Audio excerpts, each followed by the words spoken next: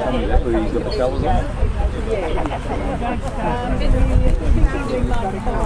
Either side of the line. Okay, Yeah. and there's no younger one. Hooray! Go on you, Georgie! Well on you, thank you. I'm sorry. Councilor Cox and Commissioner Craig Lapsley and Chairman of the CA Country Fire Authority, Kerry Murphy, and also our friends from the Cornish Association of Victoria come up from Melbourne for the day. I'd like to thank you for coming along. Now, before I ask Councillor Cox to give you the royal welcome, I'd just like to give you a little bit of a background on how this area became known as St Just Point. And for this we've got to go back to the 1860s when the mining in Cornwall was starting to get into a very depressed situation, and it was only going to get worse. This particular time it became obvious that the Bendigo goldfield was the boom of the Bendigo underground mining boom was about to get underway. As a result, many people come out from Cornwall because skilled miners were easy to get a job here. Now, for the group that came out and settled up on this particular spot around here, there was a number of people that come from a place called Just in Penworth in Cornwall. And because the Derwent Gully Creek bit was behind us, run down and joined the Long Gully Creek and the now piped Sparrowhawk Creek. And the point, the area became known as St Just Point. It had an S on it, as St Just. But common usage over the years has got rid of the S, so we just know it as, well, we just did know it as St Just Point. Now this particular area was very popular with miners because our goldfields here in Bendigo were exploited rather than worked as an industry.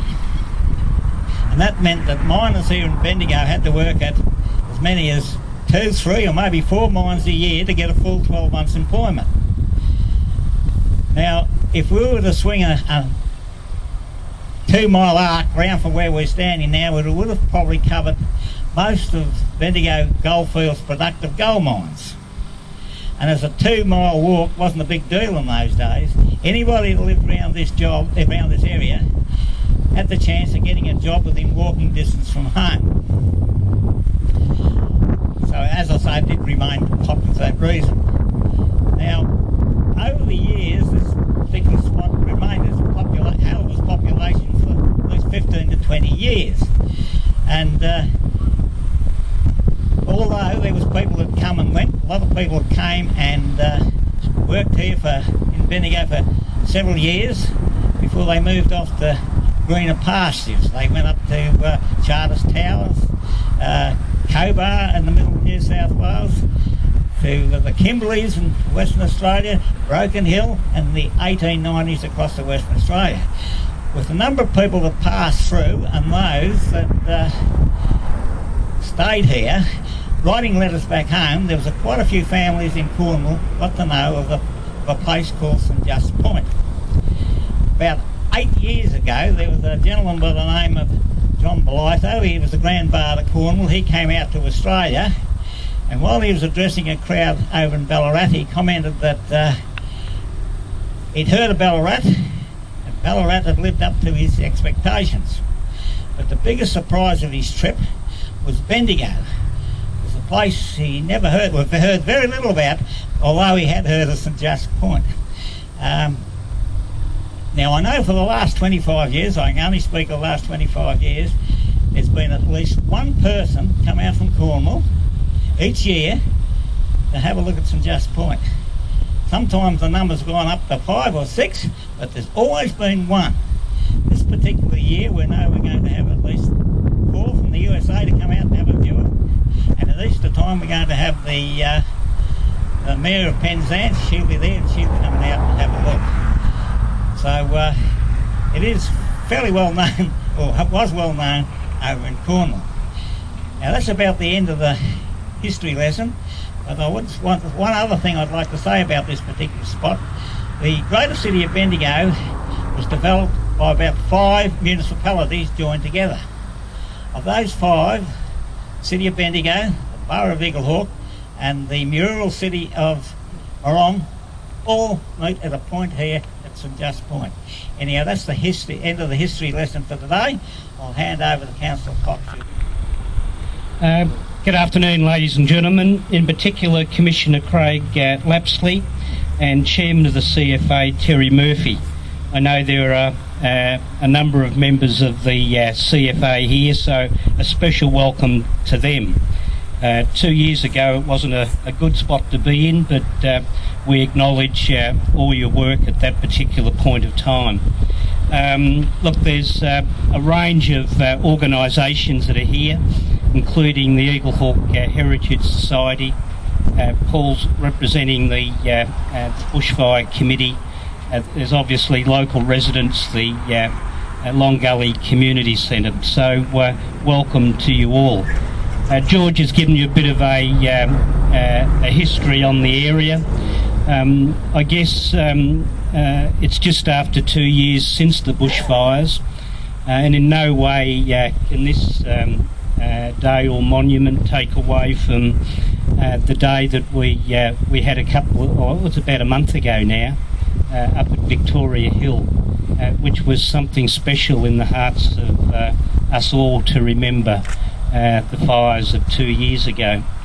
And I guess when you unveil a monument like we are today, and I guess it's a time of reflection and to see what's happening around the world.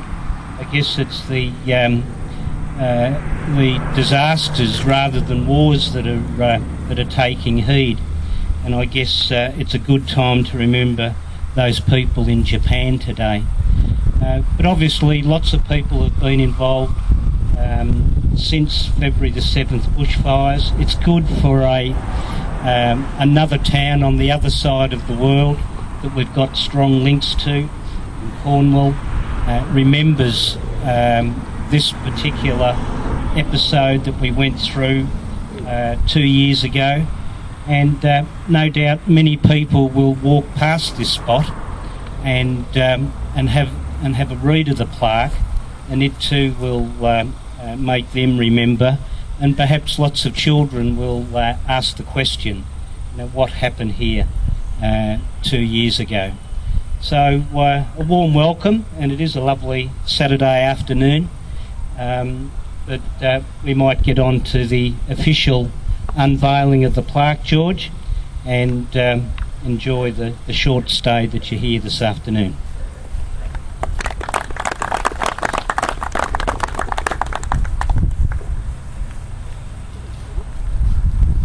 Thanks, Peter. I wonder whether Commissioner Craig Lapsley would come forward, please.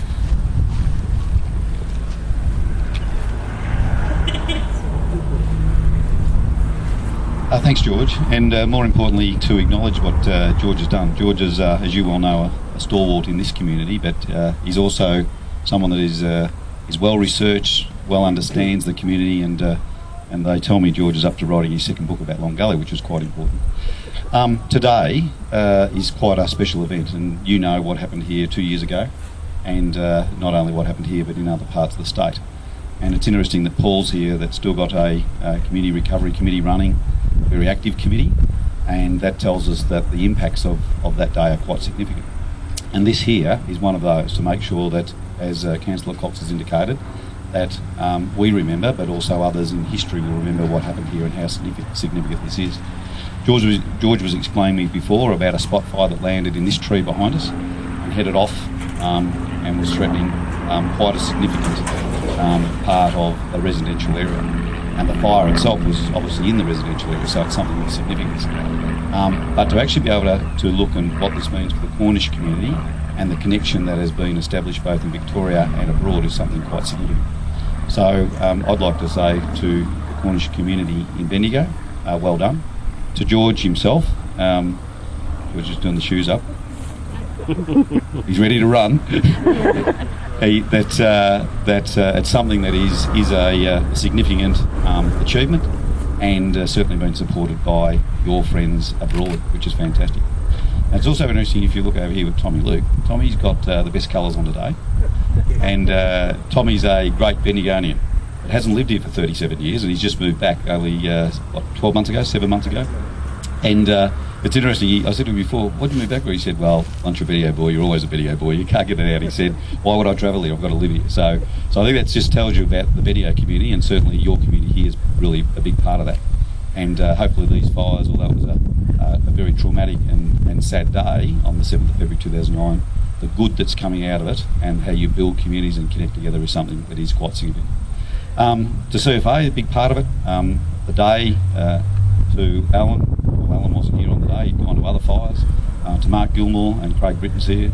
To Eric Smith, who was a captain of Eagle Hawk and was at the front of the fire. He was on the first truck. And Eric will tell you stories about, okay, you turn out to this fire and here it is heading away, and it's heading away in a hurry.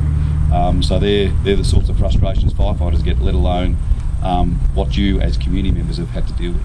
So with that, it's certainly my pleasure with George to unveil this plaque, and it's something that I think is a fitting tribute and a point of memory for this community. So thank you.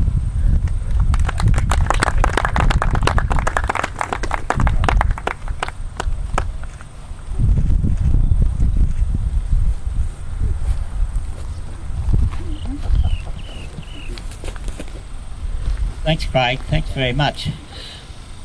Well, that's about the end of our program. I know you're all busy, but there's one little job I've got to do. Craig's an old Bendigonian, but like everybody else, you can never too old to learn. So if you come forward, Craig, I might give you a little bit of knowledge on the fire service which you grew up in.